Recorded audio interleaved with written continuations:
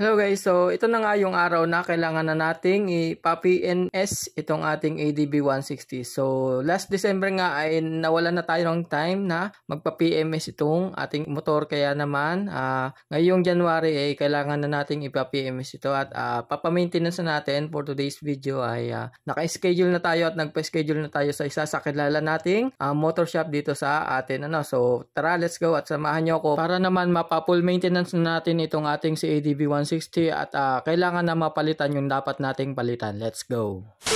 Alright guys, so andito na nga tayo sa Ecamatic Motorworks at syempre located lang sila dito sa Santa Rosa, Laguna at tara, pasok tayo sa loob. So ayan guys, andito tayo sa mismong loob ng Ecamatic Motorworks. So kung mapapansin nyo, marami din sila ditong mga motorcycle parts. So kung maalala nyo guys, dito rin tayo kay Ecamatic nagpakabit ng mga MDL natin at nagpa-wiring sa kanila. So hanggang ngayon solid na solid pa rin yung gawa nila, kaya naman syempre dito pa rin tayo magpapagawa. So ayan, at paglabas ko nga guys, tinetest drive na ni boss itong ating ADB 160 para malaman or ma-check kung ano nga bang ipapalit or papalitan sa mga pyesa natin. Lalong-lalo na dito sa ating panggilid. Ayan si bossing, shoutout kay boss sa gagawa ng ating motor. So ayan, at plano ko nga palang ipagawa dito, siyempre yung unang-una yung ating panggilid. Siyempre magpapa-CVT cleaning tayo. So balak ko na nga rin palang magpalit ng JBT bola at center spring, kasi nga yung setup natin na ADB 160 ay pang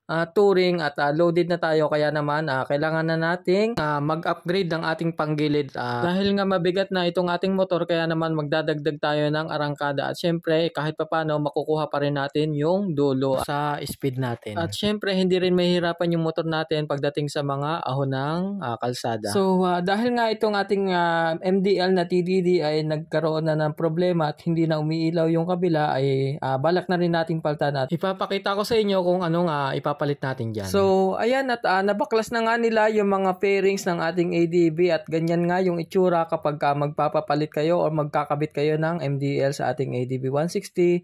Lahat ng fairings kailangan baklasin, kaya naman kung may mga ipapagawa kayo sa ADB 160 nyo ay ipagawa nyo na lahat dahil talagang kailangan baklasin lahat ng mga pairings nito. So dito nga ay inuumpisahan na nilang baklasin yung stock ball race ng ating ADB 160. At yan nga ay natanggal na rin nila itong front shock natin. At ipaparepack na rin nga pala natin itong front shock natin dahil nga sobrang lambot na nung laro ng ating shock. Isasabay na rin natin ito sa pagpapalit ng ating ball race dahil nga yung ball race natin ay nagkaroon na ng tama at ito yung ipapalit nating brand, ang Phyto. Susubukan natin itong Phyto brand dahil ito nga yung isa sa nirecommend sa ating aftermarket na ball race. At syempre ito na nga yung Zenlo X7 na ipapalit natin do sa nasira nating MDL. So syempre after nating maipakabit itong MDL natin, ipapakita natin sa inyo kung gaano ba kaliwanag itong Zenlo X7. Then ito naman yung mga ginagawa nilang process dito kapag magpaparepack kayo ng front shock kay Ecamatic Motorworks. Sinisigurado nila na nililinisan mabuti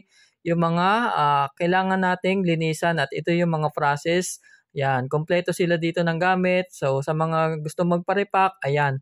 So lilinisin nilang mabuti rito yung mga kalawang-kalawang, kailangan nilang ang matanggal So at ito na nga yung stock nating front shock. Tinatanggal na nila at maayos nilang tinatanggal yung langis natin at syempre may mga basic and proper tools silang ginagamit dito. Kaya naman hindi ka mag-aalala o magwo-worry na baka lalong masira yung mga dapat mong ipagawa sa kanila. At sa pagpapalit naman ng langis ng ating front shock ay gumagamit sila dito ng tamang panukat para naman masisigurado na tama at sakto yung ilalagay nilang langis dito sa ating front shock. At syempre yan, kita nyo naman maayos at malinis nilang nililinisan yung mga pinapagawa natin bago nila ikabit sa ating motor. At kasama na rin itong ating mga panggilid. Ayan, so makikita nyo nililinisan talaga nilang mabuti. So ayan, at natanggal na nga nila yung stock na ball race natin, kaya pinalit na nila yung Phyto brand natin na ball race. So sana maganda yung performance nito at tumagal sa ating mga pang-araw-araw na rides. So guys, ayun nga, at meron tayong kasabay dito ADB 160 rin at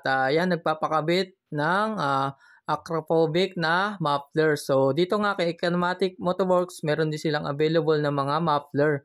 Sa mga gusto magpakabit or mag-upgrade ng muffler, meron sila ditong mga tinitinda. So ayan, kinakabit na yung isa ditong customer na magpapalit ng muffler. So ayan guys, makikita nyo baklas na yung panggilid natin at yan, dilinisan nila yan mabuti at ipapakabit natin yung mga dapat nating i-upgrade dito sa ating panggilid. Grabe guys, yung nabuksan yung panggilid natin, ito yung bumungad sa atin yung ating filter. Sobrang dumi dahil nga 2 years nang walang palit itong atin, kaya naman kailangan na rin nating palitan. At itong ating stock belt naman natin ay medyo okay pa naman, siguro sa next na palinis natin ay papalitan na rin natin. So ngayon, ito munang filter natin ang ating papalitan. Sakto, meron din silang stock dito kay Ecamatic.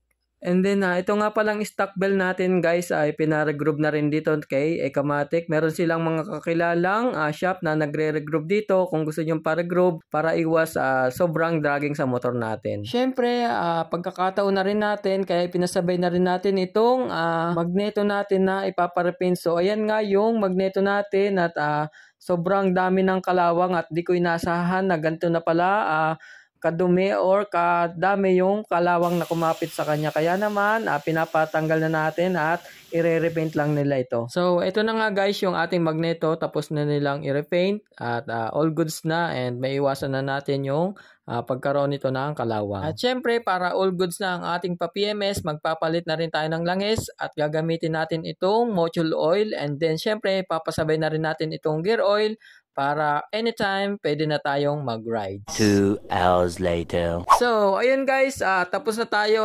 Tapos na pala silang gawin yung ating motor. At syempre, ayan, ikinakabit na lang nila yung mga kulang pa at mga fairings na dapat ikabit. Syempre, after that, test drive muna ito ni Bossing para naman ma-check and all workings, all goods. And then, para ma-check natin kung nakuha ba yung lakas na hinahanap natin sa pagpapalit ng pag-upgrade natin ng CVT settings. Bali, naging settings nga pala natin sa panggilid natin ay 15, 17 yung flyball natin and 1K yung center spring and JBT brand yung napili natin. And yung bell natin ay stock, pina-regroup lang natin. Ayan, dito ay chine-check ulit nilang mabuti kung lahat ba ng wiring, mga ikinabit nating pa MDL ay nagwo-works, all goods, or may problema pa ba at kailangan pang mga adjustment. So, dito ay sinisigurado nila na lahat ay walang problema after nating mapagawa at umalis. So, salamat kay Ecamatic Motorworks. Maayos na serbisyo. Ayan, all goods na ang ating ADB 160. At syempre, so sa mga gusto pala mag-visit, located lang sila dito sa Santa Rosa, Laguna. Nakawis naman yung kanyang shop, Ecamatic Motorworks. Thank you. So, kita-kits guys sa next video.